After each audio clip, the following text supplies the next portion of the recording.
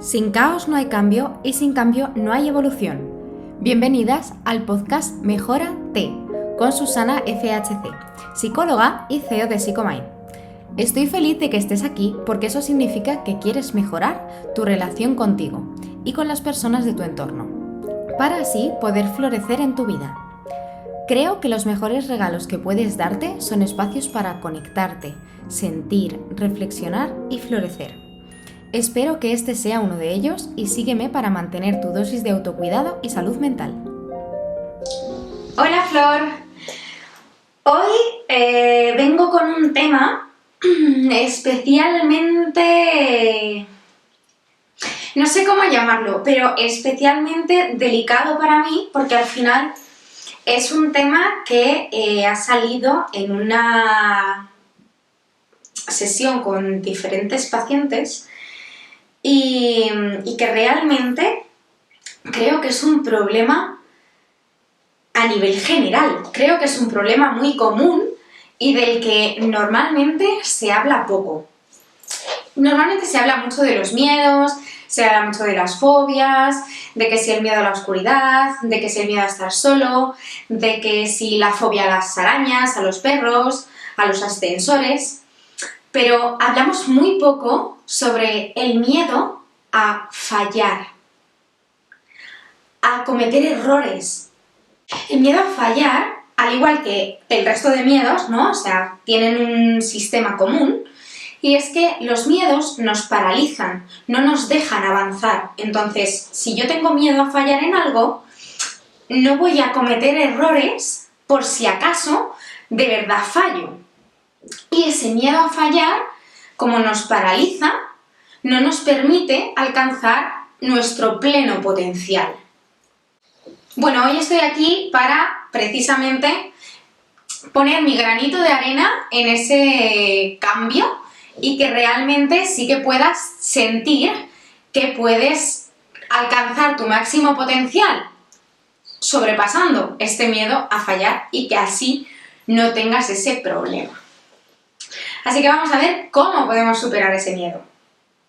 Lo primero es tener en cuenta lo que ya he dicho, que al final el miedo a fallar es algo común, es algo que normalmente ocurre en todas las personas en algún momento de nuestra vida. En algún momento de nuestra vida tenemos miedo a cometer errores, tenemos miedo a no cumplir con nuestras expectativas, a no cumplir con las expectativas de los demás, a tener un problema con un examen, me presento a unas oposiciones y las voy a suspender, me presento a un examen de conducir y no me va a salir bien.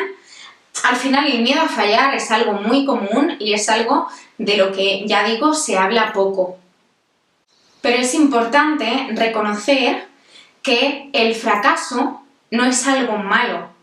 Ese es el punto que yo creo que es más importante y que es clave dentro de este miedo, que es que el fracaso no es algo malo, sino que el fracaso es necesario para poder aprender y para poder aprender de los errores.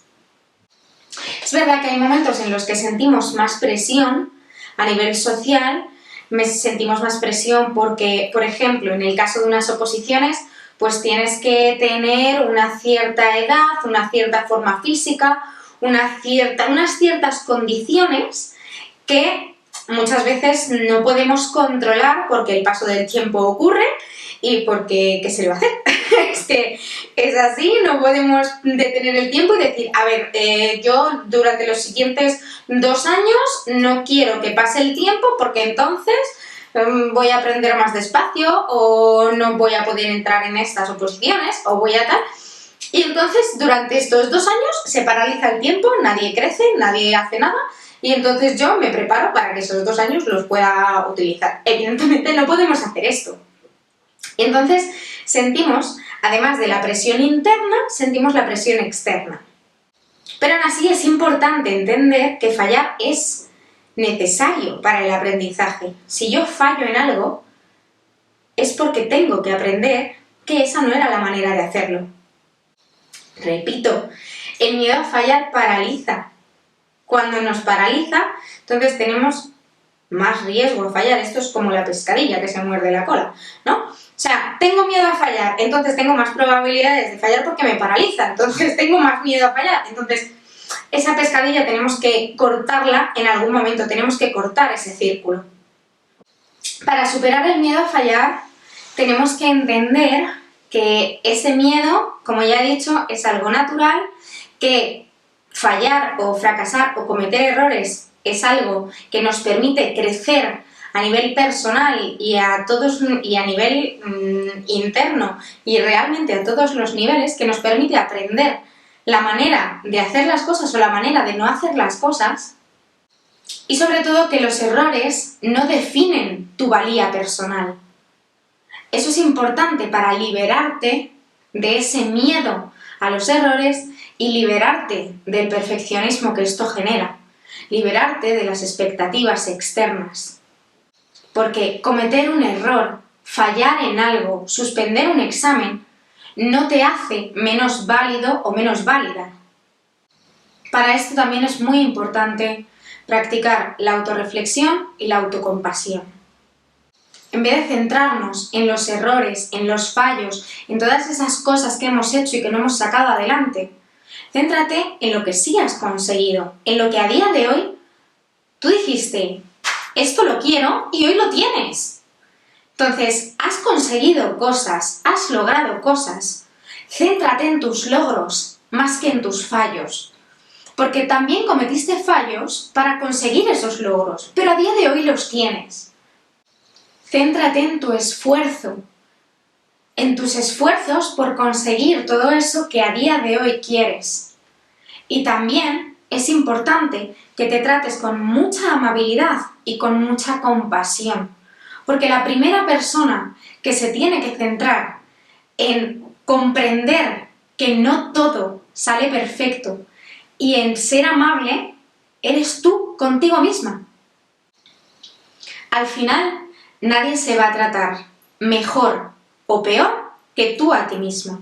Somos nuestros peores castigadores y al mismo tiempo podemos ser nuestros mejores motivadores. Entonces, vamos a sacar esa faceta de dejar de castigarnos cada día con no he hecho esto, no he hecho lo otro, es que yo tenía estas 5 cosas en la lista y al final no las he hecho, es que tenía que haberme puesto a hacer esto, es que tenía que haberme puesto a estudiar, es que tenía que haber hecho A, B, C, D, E y todo el abecedario. Para cambiar esa perspectiva y decir, hoy necesitaba un rato para mí, hoy necesitaba estar tranquila. No pasa nada porque no haya hecho las 20 cosas de la lista.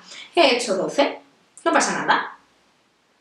Trátate con amabilidad, compréndete, ten compasión contigo. Todo esto va a hacer que tengas al final una actitud muchísimo más positiva contigo. Pero además, también te voy a dar otro tip, ¿vale? Y es que cuando tenemos una meta, ¿vale? La solemos ver como muy grande.